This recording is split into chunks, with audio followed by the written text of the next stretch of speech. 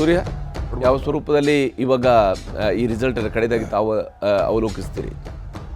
ಕಡೆದಾಗಿ ಏನು BJP ಒಂದು ಹಠ ಏನಿದೆ ಅದನ್ನು ಈಗ ಒಂದು ಆ್ಯಡ್ ಆನ್ ಮಾಡಿದ್ರಿ ನೀವೇ. ಏನಂದರೆ ಹಣ ಬಲ, ತೋಳ್ ಬಲ, ಅಧಿಕಾರ ಬಲ, ಜೊತೆಗೆ EVM ಬಲ, ಎಲೆಕ್ಷನ್ ಕಮಿಷನ್. ನಾನು ಆರ್ಡರ್ ಮಾಡಿಲ್ಲ, ನಿಮ್ಮ ಡೈಲಾಗ್ ಇದೇ ಬರುತ್ತೆ ಅಂತ ನನಗೆ ಗೊತ್ತಿದೆ, ಅದನ್ನೇ ಹೇಳ್ತಾ ಇದ್ದೀನಿ ನಾನು. ಇಡಿ ಬಲ, ಭವಿಷ್ಯ ಹೇಳ್ತಾ ಇದ್ದೀನಿ, ರಿಸಲ್ಟ್ ಭವಿಷ್ಯ ಅಲ್ಲ, ಅದು ವಾಸ್ತವ ಹೇಳ್ತಾ ಇದ್ದೀನಿ. ಈಗ ಸಿದ್ದರಾಮಯ್ಯ ಅವ್ರ ಪ್ರಕರಣ ಯಾವಾಗ್ಲೂ ಹಿಂಗೆ ಹೇಳೋದು. ಸಿದ್ದರಾಮಯ್ಯ ಅವ್ರ ಪ್ರಕರಣ ಈ ಬೈ ಎಲೆಕ್ಷನ್ ಅಲ್ಲಿ ಸೋತಾಗ ಇವರು ಅದನ್ನೇ ಹೇಳಿದ್ರು. ಎಲ್ಲಿ ಇವರೆಲ್ಲ ಎಲೆಕ್ಷನ್ ಅದು ಅವ್ರಿಗೂ ಎಲ್ರಿಗೂ ಅನ್ವಯ ಆಗುವಂಥದ್ದು. ಇವರು ಇದನ್ನ 14ಕ್ಕಿಂತ ಮುಂಚಿತವಾಗಿ ಇವರು ಕೂಡ ಹೇಳಿದವ್ರೆ, EVM ಬಗ್ಗೆ ರಾಜ್ಯದಲ್ಲಿ ಇವ್ರದೇ ಅಧಿಕಾರ ಇದೆ, ಅಧಿಕಾರದಲ್ಲಿ ಇರೋದ್ರಿಂದ ಇವತ್ತೆಲ್ಲ ಹಣ ಹಂಚ್ಬಿಟ್ಟಿದ್ದಾರೆ, ಅದು ಹಂಚ್ಬಿಟ್ಟಿದ್ದಾರೆ. ಇವರು JDSನವರು ಅದನ್ನೇ ಹೇಳಿದ್ದು. ಸೊ ಇವತ್ತು ಏನಾಗ್ತಾ ಇದೆ, ಒಂದು ಅರವಿಂದ್ ಕೇಜ್ರಿವಾಲ್ ಅವ್ರಿಗೂ ಇದೊಂದು ಎಚ್ಚರಿಕೆ, ಮುಂದೆ ಯಾವ ರೀತಿ ರಾಜಕೀಯ ಮಾಡಬೇಕು ಅಂತ. ಯಾಕೆಂದರೆ ಅವರು ಕೇವಲ ಎಲ್ಲವನ್ನು ಗಾಳಿ ಸುದ್ದಿನಲ್ಲಿ ಇದರಲ್ಲಿ ಏನೋ ಮಾರ್ಕೆಟಿಂಗಲ್ಲಿ ಮಾಡಿಬಿಡ್ತೀವಿ ಅಂದರೆ ಆಗಲ್ಲ. ಸೊ ಕಾಂಗ್ರೆಸ್ಗೂ ಒಂದು ಎಚ್ಚರಿಕೆ, ಮತ್ತೆ ಸೋಲ. ಕಾಂಗ್ರೆಸ್ಗೆ ಎಚ್ಚರಿಕೆ ಅಲ್ಲ, ಎಚ್ಚರಿಕೆ ಮೇಲೆ ಎಚ್ಚರಿಕೆ ಕೊಟ್ಟ ಕಾಂಗ್ರೆಸ್ ಎಚ್ಚರಿಕೆ. ಇದು ಕಾಂಗ್ರೆಸ್ ನಾಯಕತ್ವ ಕೂಡ ಅಲ್ಲಿ ಒಂದು ಬದಲಾವಣೆಯನ್ನ ಮಾಡ್ಕೊಬೇಕು. ಯಾಕಂದ್ರೆ ಕಾಂಗ್ರೆಸ್ನ ಸೋಲಿನ ಲೆಕ್ಕವನ್ನ BJP ನಾಯಕರುಗಳು ಹೇಳ್ತಾ ಇದ್ರು. ಇದು ರಾಹುಲ್ ಗಾಂಧಿ ಅವರ ನಾಯಕತ್ವ ತೆಗೆದುಕೊಂಡ ಮೇಲೆ 84ನೇದೋ 85ನೇದೋ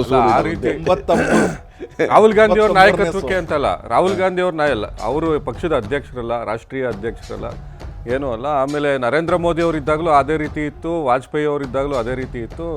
ಸೋಲ್ಗಳು ಇದು ಪ್ರಜಾಪ್ರಭುತ್ವದಲ್ಲಿ ಚುನಾವಣೆ ವ್ಯವಸ್ಥೆನಲ್ಲಿ ಸಾಮಾನ್ಯ. ಸೊ ಆ ಸೋಲ್ಗಳು, ಸತತ ಸೋಲ್ಗಳೇ ಒಬ್ಬ ಮನುಷ್ಯನನ್ನ ಮಾರ್ಕ್ಸುತ್ತೆ, ಆತನನ್ನ ಪ್ರಯತ್ನಗಳು ಬೇಕಲ್ಲ ಗೆಲ್ಲೋದಕ್ಕೆ. ಅಲ್ಲ, ಆಮೇಲೆ ಚುನಾವಣೆಗಳಲ್ಲಿ ಗೆಲ್ಲೇಬೇಕು ಅಂತ ಏನಿಲ್ಲ. ವಿರೋಧ ಪಕ್ಷವಾಗಿ ಒಂದು ಸರ್ಕಾರವನ್ನು ಯಾವ ರೀತಿ ನಿಯಂತ್ರಣ ಮಾಡಬೇಕು, ಅತಿ ಹೆಚ್ಚು ಒಂದು ಶಾಡೋ ಗೌರ್ಮೆಂಟ್ ಇರುತ್ತೆ ವಿರೋಧ ಪಕ್ಷದ ಕರ್ತವ್ಯ. 11 ಥರ ಕಾಣ್ತಿದ್ಯಾ, ಒಂದು ಥರ ಕಾಣ್ತಿದ್ಯಾ? ಅಲ್ಲ, ಒಂದೇ ಇರಲಿ, ಎರಡೇ ಸೀಟ್ BJP ಎರಡೇ ಸೀಟ್. ಈಗ BJP ಯಾವ ರೀತಿ ಅಧಿಕಾರಕ್ಕೆ ಬಂತು ಅಂದರೆ, ಈಗ ಅಷ್ಟೆಲ್ಲ ಮಾತಾಡ್ತಾರಲ್ಲ, ಇವತ್ತು ಚಂದ್ರಬಾಬು ನಾಯ್ಡು ಮತ್ತು ಇವರೆಲ್ಲ, ಪವನ್ ಕಲ್ಯಾಣ್ ಇವರೆಲ್ಲ ಇಲ್ಲ ಅಂದರೆ ಅವರು ಏನೂ ಇಲ್ಲ. ಅವರು ಅವತ್ತಿಂದನೂ ಬೇರೆಯವರು ಜನತಾ ಪಾರ್ಟಿ ಜೊತೆಗೆ ಹೆಂಗಿದ್ರು, ಇಲ್ಲಿ JDS ಜೊತೆಗೆ ಯಾಕೆ ಮೈತ್ರಿ ಮಾಡಿಕೊಂಡ್ರು? 25 ಸೀಟ್ ಗೆದ್ದಿದ್ರಲ್ಲ BJP ಅವರು ಕಳೆದ ಬಾರಿ MP ಎಲೆಕ್ಷನಲ್ಲಿ, ಮತ್ತೆ ಯಾಕೆ JDS ಜೊತೆ ಮೈತ್ರಿ ಮಾಡಿಕೊಂಡ್ರು? ಎಲ್ಲ ಕಡೆನೂ ಅವರು ಮೈತ್ರಿಕೂಟದಲ್ಲೇ ಬರ್ತಾ ಇರೋದು. ಮಹಾರಾಷ್ಟ್ರದಲ್ಲಿ ಪಕ್ಷಗಳನ್ನೇ ಹೊಡೆದ್ಬಿಟ್ರು. ಮತ್ತು ಆಮ್ ಆದ್ಮಿ ಪಾರ್ಟಿಯ ಶಾಸಕರುಗಳನ್ನ ಯಾಕೆ ಖರೀದಿ ಮಾಡಕ್ಕೆ ಹೋದ್ರು? ಕಾಂಗ್ರೆಸ್ ಪಕ್ಷದ 15 ಜನ ಶಾಸಕರುಗಳನ್ನ ಯಾಕೆ ಖರೀದಿ ಮಾಡಿದ್ರು? ಸೊ ಅವರು ಕೂಡ ಏನು ಅಂತ ಬಲಿಷ್ಠವಾಗಿ ಏನು ಇವತ್ತವರೆಗೂ ಪೂರ್ಣ ಬಹುಮತ ಎಲ್ಲೂ ಬಂದಿಲ್ಲ. ಕೇಂದ್ರದಲ್ಲಿ ಏನೋ ಒಂದು ರೀತಿ ಆಗ್ತಾ ಇರ್ಬೋದು. ಆಮ್ ಆದ್ಮಿ ಪಕ್ಷ ಮತ್ತು BJP ಎರಡೂ ದೆಹಲಿನಲ್ಲಿ ಒಂದೇ ನಾಣ್ಯದ ಎರಡು ಮುಖಗಳು. ಯಾಕೆಂದ್ರೆ ಈಗ ಗೊತ್ತಾಯ್ತು, ಇಲ್ಲ ಮುಂಚೆನೇ ಹೇಳಿದ್ನಲ್ಲ ನಾನು, 24ರಲ್ಲಿ ಗೊತ್ತಾಗಿರ್ಲಿಲ್ಲ ನಿಮಗೆ. ಅವ್ರ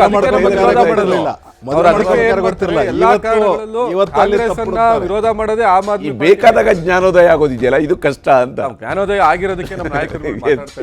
ಥ್ಯಾಂಕ್ ಯು ಸೂರ್ಯ, ಹಾಗೆಯೇ ದಿನೇಶ್ ಅವರು ಥ್ಯಾಂಕ್ ಯು ನಮ್ಮ ಜೊತೆಗೆ ಇಷ್ಟೊತ್ತು ಜಾಯ್ನ್ ಆಗಿ ತಮ್ಮ ಅಭಿಪ್ರಾಯಗಳನ್ನು ಶೇರ್ ಮಾಡ್ಕೊಳ್ಳೋದಕ್ಕಾಗಿ.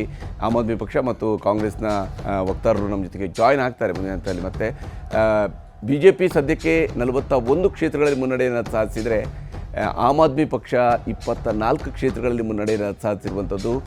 ಕಾಂಗ್ರೆಸ್ ಕೇವಲ 1 ಕ್ಷೇತ್ರದಲ್ಲಿ ಮಾತ್ರ ಮುನ್ನಡೆಯನ್ನು ಹೊಂದಿದೆ. ಕಾಂಗ್ರೆಸ್ಗೆ ಒಂದು ಸಮಾಧಾನದ ವಿಚಾರ ಅಂತ ಹೇಳಿದ್ರೆ, ನಾವು ಪ್ರತಿ ಬಾರಿ ಕೂಡ ನೀವೇನು ಇಲ್ಲವೇ ಇಲ್ಲ ಅನ್ನೋಂಥದ್ರಲ್ಲಿ, ಇಲ್ಲ ನಾವು ಇದ್ದೀವಿ ಅಂತ ಹೇಳುವಂಥದ್ದು. SR ಅಂತ ಹೇಳೋದಕ್ಕೆ ಒಬ್ಬರಾದರೂ ಇದ್ದಾರೆ ಅಂತ ಹೇಳುವಂಥ ರೀತಿಯಲ್ಲಿ ಈಗ ಸದ್ಯಕ್ಕೆ ಕಾಂಗ್ರೆಸ್ನಲ್ಲಿ ಒಬ್ಬರು ಮುನ್ನಡೆಯನ್ನು ಸಾಧಿಸಿದ್ದಾರೆ. 41 ಕ್ಷೇತ್ರಗಳಲ್ಲಿ ಭಾರತೀಯ ಜನತಾ ಪಕ್ಷ ಮುನ್ನಡೆಯನ್ನು ಸಾಧಿಸಿದರೆ, 24 ಕ್ಷೇತ್ರಗಳಲ್ಲಿ ಆಮ್ ಆದ್ಮಿ ಪಕ್ಷ ಮುನ್ನಡೆಯನ್ನು ಸಾಧಿಸಿರುವಂಥದ್ದು.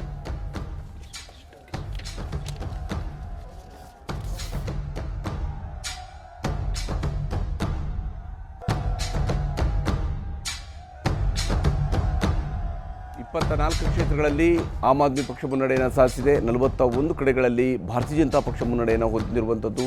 66 ವಿಧಾನಸಭಾ ಕ್ಷೇತ್ರಗಳ ರಿಸಲ್ಟ್ ಅಪ್ಡೇಟ್ ಸಿಗ್ತಾ ಇದೆ. ಬಹಳ ದೊಡ್ಡ ನಾಯಕರುಗಳು ಹಿನ್ನಡೆಯನ್ನು ಅನುಭವಿಸ್ತಾ ಇದ್ದಾರೆ.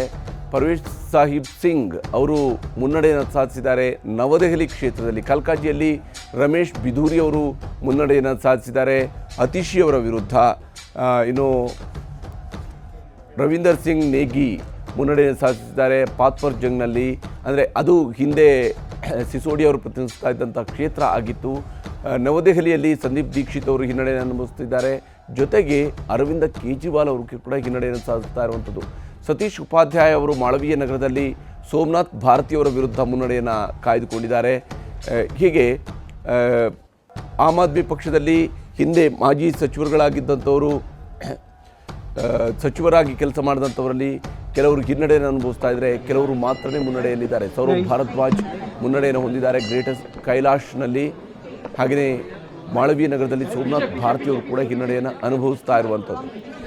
ಭಾಳ ಜಿದ್ದಾಜಿದ್ದಿನಿಂದ ಕೂಡಿರುವಂತಹ ದೆಹಲಿ ಅಸೆಂಬ್ಲಿ ಎಲೆಕ್ಷನ್ನಲ್ಲಿ ಶರ್ವಿಂದರ್ ಸಿಂಗ್ ವರ್ಮಾ ಅವರು ಜಂಗ್ಪುರದಲ್ಲಿ ಮುನ್ನಡೆಯನ್ನು ಸಾಧಿಸಿದ್ದಾರೆ ಸಿಸೋಡಿಯಾ ಅವರ ವಿರುದ್ಧ. ಸಿಸೋಡಿಯಾ ಹಿನ್ನಡೆಯನ್ನು ಅನುಭವಿಸ್ತಾ ಇರುವಂಥದ್ದು. ಘಟಾನುಘಟಿ ನಾಯಕರುಗಳನ್ನು ಈ ಬಾರಿ ದೆಹಲಿಯ ಮತದಾರ ಮನೆಯಲ್ಲಿ ಕೂರಿಸ್ತಾ ಇರುವಂತೆ ಕಾಣ್ತಾ ಇದೆ.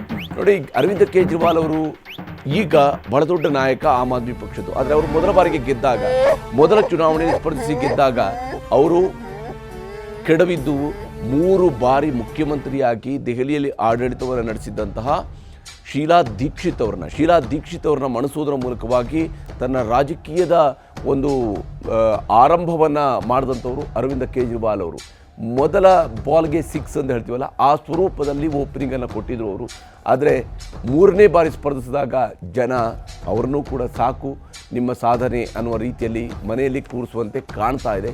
ಸದ್ಯಕ್ಕೆ ಹಿನ್ನಡೆಯನ್ನು ಅನುಭವಿಸ್ತಾ ಇದ್ದಾರೆ.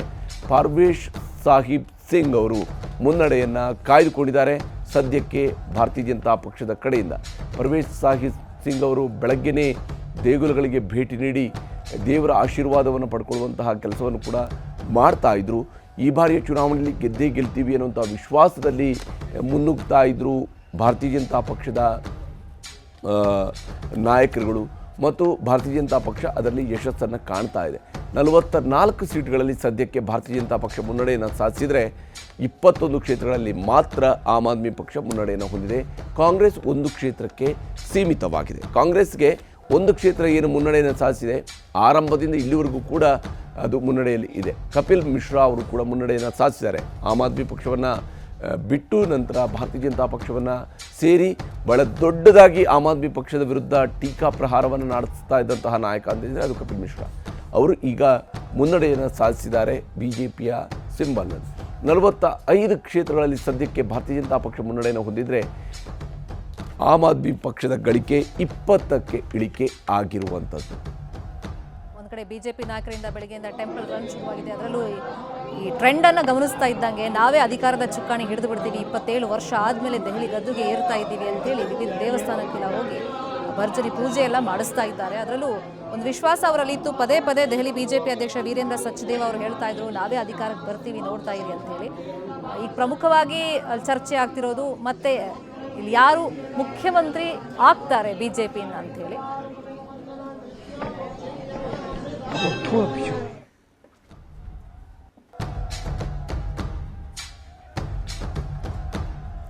ಸದ್ಯಕ್ಕೆ 8 ಕ್ಷೇತ್ರದಿಂದ 45 ಕ್ಷೇತ್ರಕ್ಕೆ ಈಗ ಬಹಳ ಒಂದು ದೊಡ್ಡದಾದಂಥ ದಾಪುಗಾಲನ್ನು ಹಾಕಿರುವಂಥದ್ದು ಭಾರತೀಯ ಜನತಾ ಪಕ್ಷ. 20ರಲ್ಲಿ ಕೇವಲ 8 ಕ್ಷೇತ್ರ, 25ರಲ್ಲಿ ಈಗ 45 ಕ್ಷೇತ್ರಗಳಲ್ಲಿ ಮುನ್ನಡೆಯನ್ನು ಹೊಂದಿದೆ. ಈ ಮೂಲಕ ಅಧಿಕಾರದ ಗದ್ದುಗೆ ಕಡೆಗೆ ಭಾರತೀಯ ಜನತಾ ಪಕ್ಷ ಹೊರಟಿರುವಂಥದ್ದು ಸ್ಪಷ್ಟವಾಗಿ ಗೋಚರಿಸ್ತಾ ಇದೆ. ಅಂತಿಮ ರಿಸಲ್ಟ್ ಬರೋ ತನಕ ನಾವು ಕಾಯಲೇಬೇಕು, ಯಾರು ಗೆಲುವಿನ ನಗಾರಿಯನ್ನು ಬಾರಿಸ್ತಾರೆ ಅನ್ನುವಂತಹ ನಿಟ್ಟಿನಲ್ಲಿ. ಆಮ್ ಆದ್ಮಿ ಪಕ್ಷದಿಂದ ನಮ್ಮ ಜೊತೆಗೆ ಲೋಹಿತ್ ಕುಮಾರ್ ಅವರು ಜಾಯ್ನ್ ಆಗಿದ್ದಾರೆ. ಹಾಗೆಯೇ ಕಾಂಗ್ರೆಸ್ನ ವಕ್ತಾರರಾಗಿರುವಂಥ ಭವ್ಯ ನರಸಿಂಹಮೂರ್ತಿ ಅವರು ಕೂಡ ನಮ್ಮ ಜೊತೆಗೆ ಕಾರ್ಯಕ್ರಮದಲ್ಲಿ ಜಾಯ್ನ್ ಆಗಿದ್ದಾರೆ. ನಾನು ಚರ್ಚೆಯನ್ನು ಕೂಡ ಮುಂದುವರಿಸ್ತೀನಿ. 21 ಕ್ಷೇತ್ರಗಳಲ್ಲಿ ಸದ್ಯಕ್ಕೆ ಆಪ್ ಮತ್ತು 44 ಕ್ಷೇತ್ರಗಳಲ್ಲಿ ಭಾರತೀಯ ಜನತಾ ಪಕ್ಷ ಮುನ್ನಡೆಯನ್ನು ಸಾಧಿಸಿರುವಂಥದ್ದು. BS ಅರುಣ್ ಅವರೇ, ಎಷ್ಟರ ಮಟ್ಟಿಗೆ ಈ ಬಾರಿಯ ಫಲಿತಾಂಶವನ್ನು ನಾವು ನೋಡ್ತಾ ಹೋದಾಗ ಆಮ್ ಆದ್ಮಿ ಈ ಸ್ವರೂಪದ ಹಿನ್ನಡೆಯನ್ನು ಅನುಭವಿಸೋದಕ್ಕೆ ಏನು ಕಾರಣ ಆಗಿರುತ್ತೆ ಅಂತೇಳಿ? ಯಾಕಂದರೆ ಟ್ರೆಂಡ್ನಲ್ಲೂ ಕೂಡ ಅವ್ರಿಗೆ ಹಿಂದೆ ಯಾವತ್ತೂ ಬಿಟ್ಟುಕೊಟ್ಟಿರಲಿಲ್ಲ, ಅವರು ಬಹಳ ಮುಂಚೂಣಿಯಲ್ಲೇ ಇರ್ತಾರೆ. ಬಂದಾಗಿಲ್ಲೂ ಟ್ರೆಂಡಲ್ಲೇ ಇದ್ರು. ಹೌದು, ಈಗ ನೋಡಿದರೆ ಅವರದ್ದು ಸಂಖ್ಯೆ 24ರಿಂದ 21ಕ್ಕೆ ಇಳಿದಿದೆ. ಹೌದು, ಪ್ರಥಮ ಬಾರಿಗೆ ಐ ಥಿಂಕ್ ಅದೊಂದು ಡೌನ್ಫಾಲನ್ನು ನಾವು ನೋಡ್ತಾ ಇದ್ದೀವಿ. ಲೀಡ್ಸಲ್ಲಿ 13ರಲ್ಲಿ ಅವರು 21 ಇದ್ದರು, ಈಗಲೂ 21ರಲ್ಲಿ ಸದ್ಯಕ್ಕೆ ಕಾಣ್ತಾ ಇದ್ದಾರೆ. ಹಾಂ, ಇಲ್ಲಿ ನಾನು ಬೇರೆ ಕಡೆ ನೋಡ್ತಾ ಇದ್ದೆ, ಹಾಗಾಗಿ ಹೇಳಿ. ಆಪ್ ಬಹುಶಃ ಇದೇ ಫೈನಲ್ ರಿಸಲ್ಟ್ ಅಂತ ನಾವು ಕನ್ಸಿಡರ್ ಮಾಡೋದಾದರೆ ಅದಕ್ಕೆ ಅನೇಕ ಕಾರಣಗಳು ಇದೆ ಅಂತ ನಾನು ಅಂದ್ಕೊಳ್ತೀನಿ. ಒಂದು, ಅರವಿಂದ್ ಕೇಜ್ರಿವಾಲ್ ಅವರ ಪ್ರಶ್ನಾತೀತ ನಾಯಕ ಯಾರಿದ್ದಾರೆ, ಅವರೊಬ್ಬರೇ ನಾಯಕರಲ್ಲಿ ಆಪ್ನಲ್ಲಿ ಅವರ ಮೇಲೆ ಬಂದಂತಹ ಒಂದು ಆಪಾದನೆಗಳು ಏನು ಪಾರ್ಟಿ ಇಂಡಿಯಾ ಅಗೇನ್ಸ್ಟ್ ಕರಪ್ಷನ್ ಅಂತ ಅಲ್ಲಿಂದ ಉದ್ಭವ ಆಯಿತು.